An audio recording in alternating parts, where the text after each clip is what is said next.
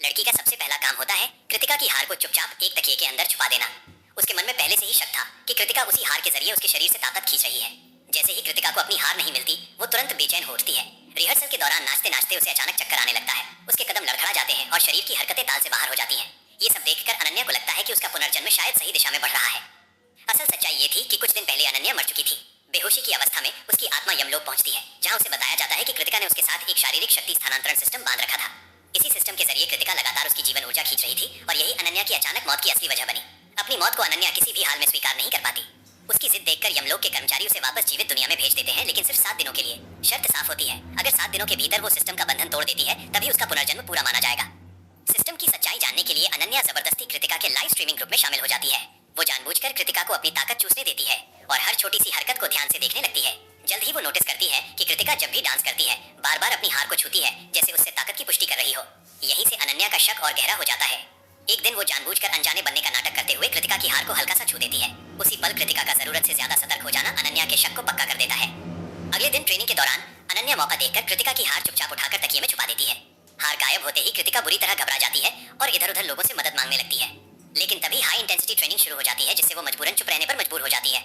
हार के बिना कृतिका तेजी से कमजोर पड़ने लगती है। उसकी ताकत घटती जाती है और डांस पूरी तरह बिगड़ जाता है। ये देखकर अनन्या को लगता है कि उसने आखिरकार सिस्टम तोड़ने का तरीका ढूंढ लिया है। लेकिन अगले ही पल हालात पूरी तरह पलट जाते हैं।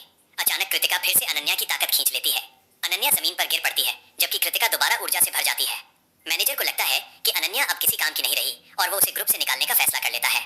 तभी सबको चौंकाते हुए कृतिका खुद अनन्या के समर्थन में खड़ी हो जाती है और उसे टीम में बनाए रखने की सिफारिश करती है। वो किसी भी हाल में नहीं चाहती कि अनन्या ग्रुप छोड़े। यही अनन्या को एहसास होता है कि सिस्टम शायद दूरी के दायरे में भी काम करता है। अगर वो कृतिका से दूर चली जाए तो संभव है शक्ति स्थानांतरण रुक जाए। इसी सोच के साथ अनन्या खुद ही ग्रुप छोड़ देती है और लगभग 500 मीटर दूर एक नए ट्रेनिंग एरिया में काम शुरू कर देती है।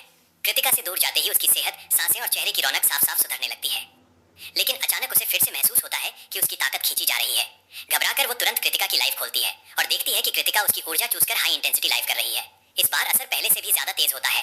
तभी अनन्या समझ जाती है कि असली सिस्टम न तो सिर्फ दूरी पर निर्भर है और न ही केवल कृतिका की हार तक सीमित। वो तय कर लेती है कि अब वो कृतिका को अपनी लाश पर चढ़कर कामयाबी हासिल नहीं करने देगी। लाइव खत्म होते ही अनन्या सीधे कृतिका का रास्ता रोक लेती है और सिस्टम के बारे में सवाल करती है। कृतिका बिना डरे सच्चाई स्वीकार कर लेती है और बताती है कि अगले दिन वो 24 घंटे का हाई इंटेंसिटी लाइव करने वाली है। उसके मुताबिक उस दिन अनन्या की मौत तय है। घबराई हुई अनन्या को तभी यमलोक की एक बात याद आती है। ये सिस्टम से है अस्तित्व प्रणाली है जो हमेशा जोड़े में बनती है। यहीं से उसे शक होता है कि शायद उसके पास भी कोई सिस्टम माध्यम मौजूद है। वो अपने पूरे शरीर की जांच करती है और उसकी नजर अपनी ही हार पर जाकर ठहर जाती है। उसे याद आता है कि ये हार कभी कृतिका ने ही उसके लिए संभाल कर रखी थी। उसी पल अनन्या को पूरा यकीन हो जाता है कि यही उसकी असली सिस्टम कुंजी है।